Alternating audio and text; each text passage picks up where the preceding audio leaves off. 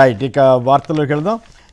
తెలంగాణ వార్తలు చూస్తే ఇలా ట్రై చేస్తే అంటూ స్థానిక ఎన్నికల మీద రేవంత్ రెడ్డి గారు వ్యూహం మీద కథనాన్ని ఇచ్చారు. అలాగే రాష్ట్రపతి అపాయింట్మెంట్ ఇవ్వకపోవడం అవమానకరమని కూడా ఆయన అంటున్నారు. అలాగే రైతు ప్రయోజనాలపై రాజీ పడబోమని ప్రధాని మోడీ గారు చాలా స్పష్టంగా చెప్పారు. రేవంత్కు కేసీఆర్ ఫోబియా పట్టింది అని కేటీఆర్ వ్యాఖ్య. బీసీ రిజర్వేషన్లు తగ్గించే కుట్ర జరుగుతోందని కిషన్ రెడ్డి ఆరోపణ.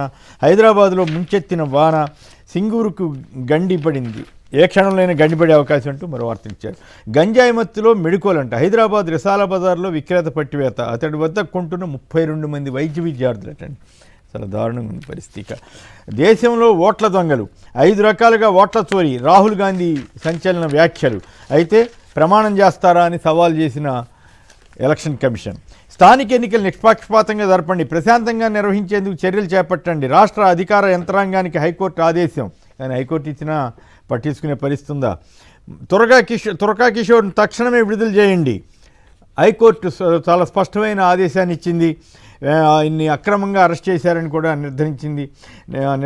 రాక్షస కాండకు పచ్చజెండా అంటూ పులివెందుల్లో జరుగుతున్న ఘోర పరిస్థితి మీద కథనాన్ని ఇచ్చారు. విచ్చలవిడిగా ఓట్ల చౌర్యం జరుగుతోందని రాహుల్ గాంధీ ఆరోపించారు. ప్రమాణం చేయగలరా, ప్రజలను తప్పుదోవ పట్టించవద్దని ఎన్నికల సంఘం అంటోంది. ఏపీలో కూడా పరిస్థితి మీద ఇప్పుడు సందర్భోచితంగా ఈ సోషల్ మీడియాలో అనేక వ్యాఖ్యలు ఇవన్నీ వస్తున్నాయి. ఏపీలో కూడా ప్రతి అసెంబ్లీ సెగ్మెంట్లో 40,000 నుంచి 50,000 అదనపు ఓట్లు వచ్చాయి అంటూ విశ్లేషణలు వస్తున్నాయి. ఉదాహరణకి మంగళగిరిలో పోలింగ్ జరిగిన రోజున 60% పోల్ అయితే 3 రోజులకి 90% పోలింగ్ అని చూపెట్టారంటూ ఒక ఆయన ఎవరో కామెంట్ చేశారు. మరి కరెక్టా కాదనే చూడాలి. అలాగే ఏపీలో మొత్తంగా 60 లక్షల ఓట్లు, 50 లక్షల ఓట్లు అని అయితే అందరూ చెబుతున్నారు. వీళ్ళెవరో 60 లక్షలు అన్నారు. వీవీప్యాట్ స్లిప్పులు లెక్కించిన ఓట్లకు 60 లక్షల ఓట్లు తేడా ఉందంటూ ఒక విశ్లేషణ.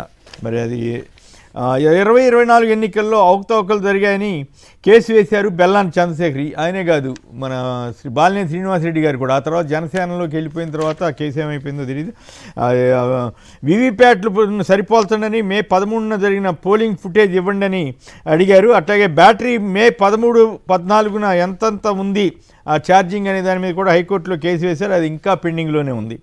సో కూటమి ప్రభుత్వం నిజాయితీగా గెలిచి ఉంటే వీటిని ఎంతటి టాలీ చేయించండి అని ఎవరో ఒక ఆయన అడుగుతున్నారు. పివిఎస్ శర్మ గారు అని ఒక ఆయన, folks now after Rahul Gandhi press conference is there anything left to be said about voters list manipulation by ECI sweep అంటూ ఒక కథ. Do you have any doubts about edition of 48 lakh voters in AP just before elections అంటూ కూడా ఆయన వ్యాఖ్యానించారు. AP elections was undoubtedly stolen from Jagan by manipulation అంటూ కూడా ఈయన వ్యాఖ్యానించారు. ఇక అప్పుడే పరగడుపు కొత్త అప్పులకు కూటమి సర్కార్ రెడీ. దాదాపు 20,000 కోట్లు అంట, 12,000 కోట్లు ఒక విద్యుత్ డిస్కమ్ల ద్వారానే తీసుకోవాలని ప్రయత్నం చేస్తారట. రాక్షస కాండకు పచ్చజెండా ఊపారంటూ కథనాన్ని ఇచ్చారు. సీఎంఓ డైరెక్షను, బీటెక్ యాక్షన్ అంటూ వార్తనిచ్చారు. 10 లక్షల కోట్ల అప్పులు ఉన్నాయని జాతీయ చేనేత దినోత్సవంలో ముఖ్యమంత్రి చంద్రబాబు గారు అంటున్నారు. ఆయన మళ్ళీ మా నేతలపై టీడీపీ రౌడీల దాడి, ఎమ్మెల్సీ వైసీపీ నాయకులపై పట్టపగలు మారణాయుధాలతో దాడి చేశారని గవర్నర్ను కలిసి ఫిర్యాదు చేసిన వైసీపీ బృందం. ఎమ్మెల్సీ ఆలపాటి చంపేస్తానంటున్నాడు. సచివాలయ మహిళా ఉద్యోగి కిడ్నాప్, దిగజారిన శాంతి భద్రతలంటూ అన్ని వార్తలను కలిపి సాక్షిపత్రిక ప్రముఖంగా ఇచ్చింది. ఈ శాతవాహన కాలేజీ ప్రిన్సిపాల్ చేసిన ఆలపాటి రాజా మీద చేసినటువంటి ఆరోపణ. తర్వాత వైఎస్ఆర్ కాంగ్రెస్ అంటూ తిరిగితే చంపేస్తాం, తాడిపత్రిలో జేసీ అనుచరుల రౌడీయిజం. ఓటమి భయంతోనే పులివెందుల్లో టీడీపీ అరాచకం అన్న మాజీ మంత్రి అంబటి రాంబాబు. ఎవరి దాక్షిణ్యాలతోనూ ఉద్యోగాల్లోకి రాలేదు. సీఎం ప్రకటించిన బకాయిలకు మోక్షం లేదన్న బొప్పరాజు వెంకటేశ్వర్లు. ప్రతి అడుగులోనూ చేనేతకు అండగా నిలిచామంటున్న జగన్. నేతలను నమ్మించి మోసం చేసింది చంద్రబాబే అన్న బుట్టా రేణుక. కర్నూలు డీఐజీకి రాష్ట్రపతి అవార్డు ఇవ్వచ్చన్న పేరుని అని వ్యంగ్య వ్యాఖ్య. నేతన్నకు ఏటా 25,000 ఇస్తామంటున్న చంద్రబాబు. నాన్నను ఆ ముగ్గురే చంపినట్టు సంతకం చేయాలన్నారంటూ మళ్ళీ పులివెందుల ఉప ఎన్నిక నేపథ్యంలో, ఈ జెడ్పీటీసీ ఉప ఎన్నిక నేపథ్యంలో మళ్ళీ టీడీపీ వాళ్ళు సునీత గారిని రంగంలో దించినట్టున్నారు.